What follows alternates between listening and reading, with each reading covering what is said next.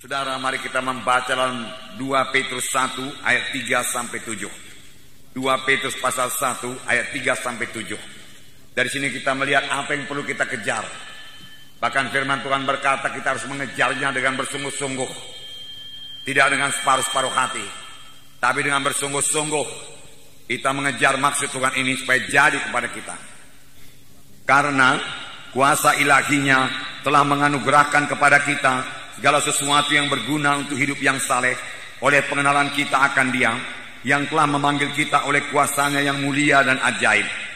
Dengan jalan itu Ia telah menganugerahkan kepada kita janji-janji yang berharga dan yang sangat besar, supaya olehnya kamu boleh mengambil bahagian dalam kodrat ilahi dan luput dari hawa nafsu duniawi yang membinasakan dunia.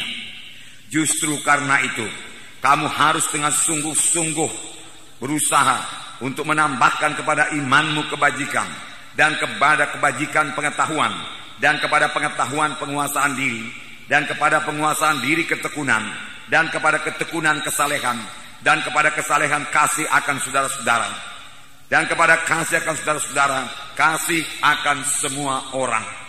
Jadi inilah yang dikehendaki Tuhan supaya kita capai. Semua kita bisa mencapainya, karena ini dicapai bukan dengan kekuatan kita, tetapi dengan kesadaran kita. Lalu dengan bersungguh-sungguh kita mohon kepada Tuhan.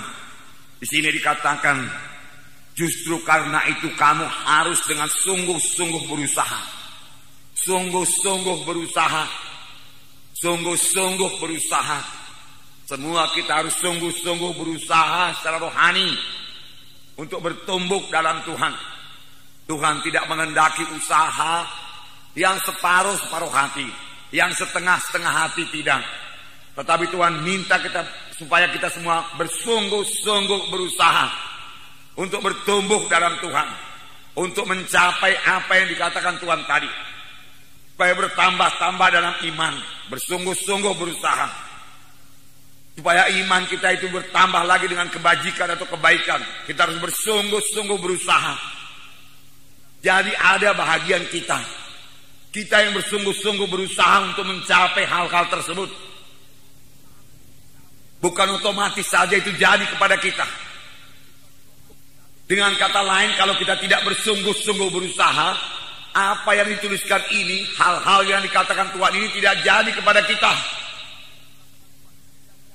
Ada bahagian kita yaitu bekerja dengan sungguh-sungguh, bekerja secara rohani, menyadari keadaan kita secara rohani. Lalu kita merindukan sungguh-sungguh, misalnya supaya iman kita bertambah-tambah, supaya kebaikan kita bertambah-tambah, supaya ketekunan kita bertambah-tambah, supaya hikmat kita bertambah-tambah, supaya kasih kita bertambah-tambah, kesalehan kita bertambah-tambah. Kita harus bersungguh-sungguh berusaha. Bersungguh-sungguh berusaha. Bagaimanakah bersungguh-sungguh berusaha? Bersungguh-sungguh berusaha yaitu dengan menyangkali diri kita, sehingga bukan kehendak kita, bukan kehendak saya, tapi kehendak Tuhan yang jadi. Roh Kudus mau memimpinkan kita. Di sini ayat 3 tadi berkata, karena kuasa ilahinya telah menganugerahkan kepada kita segala sesuatu yang berguna bagi hidup yang saleh.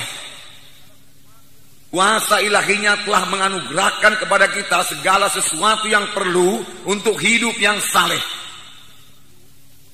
Apakah yang telah dikaruniakan Tuhan kepada kita? Mari kita lihat supaya kita bersyukur kepada Tuhan. Apakah yang telah menjadi milik saudara setelah saudara mengikut Tuhan? Kuasa ilahinya telah mengaruniakan kepada kita segala sesuatu untuk hidup beribadah kepada Tuhan, untuk bisa hidup suci, untuk bisa berdoa. Apakah yang dikaruniakan Tuhan? Yang pertama tentu saja keselamatan jiwa. Kita sudah selamat, itu karunia Tuhan. Yang kedua dikaruniakan Tuhan kepada kita Roh Kudus. Tuhan telah memberikan Roh-Nya kepada kita. Tuhan berkata, aku memberikan kepadamu penolong yang lain yang akan menyertai kamu selama-lamanya. Seorang penolong yang lain yang akan menyertai kamu selama-lamanya, yaitu Roh kebenaran. Dunia tidak dapat menerima Dia sebab dunia tidak melihat dia dan tidak mengenal dia. Tetapi kamu mengenal dia, sebab ia menyertai kamu dan akan diam dalam kamu. Dunia tidak mengenal dia, tetapi kamu mengenal dia. Semua kita kenal Roh Kudus. Semua kita sadar akan Roh Kudus kalau kita mau menyadarinya. Semua kita bisa bersekutu dengan Roh Kudus setiap saat kalau kita rindu bersekutu dengan dia. Semua kita bisa berkata-kata dengan Roh Kudus karena Roh Kudus dalam kita.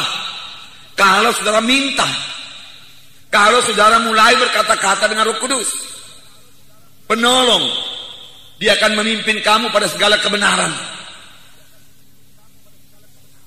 Jadi kita mengetahui kebenaran karena Roh Kudus mengajari kita. Inilah yang dikaruniakan Tuhan kepada kita. Sekaligus Roh Kudus akan mengurapi kita luar biasa. Kemudian apalagi yang diberikan Tuhan kepada kita, dikaruniakan Tuhan kepada kita? Firman Tuhan yang berkuasa. Sudah diberikan Tuhan kepada kita. Firman Tuhan tidak kehilangan kuasanya. Jadi baik Roh Kudus itu berkuasa, sangat berkuasa. Firman Tuhan sangat berkuasa. Bahkan firman Tuhan punya kuasa untuk menciptakan. Tuhan berkata, jadilah terang. Dia ucapkan firman Tuhan lalu jadi. Dan sampai sekarang kuasa firman Tuhan itu tidak berubah. Firman Tuhan berkuasa mengubahkan saudara.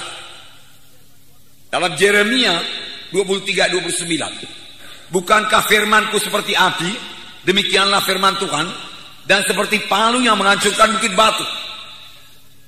Sekali lagi, bukankah firmanku seperti api, demikianlah firman Tuhan, dan seperti palu yang menghancurkan bukit batu.